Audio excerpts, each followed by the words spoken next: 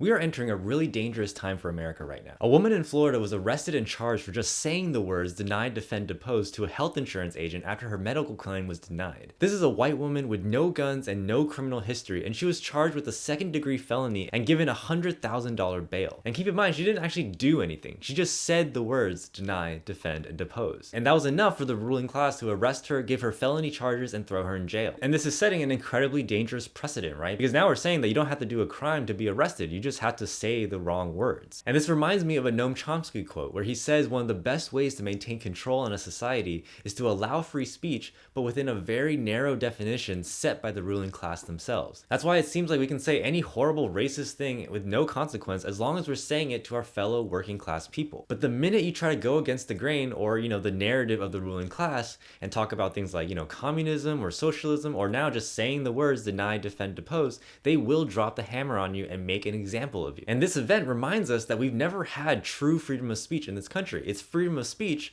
with an asterisk. And as the months go on, we're going to see a lot more of this because the ruling class are scared right now. We are at the cusp of exactly the kind of unity that the ruling class tries to stop with tribalism, left-right politics, and identity politics. Because they know that they stand absolutely no chance once we all finally come to the same conclusion, that the only thing standing in the way of a better world is the ruling class of this country, and that we outnumber them 100 to 1. And we are so close, guys. We're so close to this. And it's not a crazy idea. This is literally the plot of A Bug's Life. We're teaching this to children. There's a reason police budgets are rising and cop cities are being built at the same time that inequality is reaching an all-time high. They are actively preparing for a mass uprising that has been long overdue. So from here, we have to expect that the ruling class will unleash more and more fascistic policies to crush any form of dissent, and we will need to be more and more unified. Don't forget how you feel in this moment watching all this play out. The clarity you feel knowing that the true enemy is above us, not to the left or right of us. And by the way, follow me for more updates about this. And if you like this video, I talk about this kind of stuff and a lot more in my studio's newsletter called The Conscious Citizens, which is free to sign up in my bio too.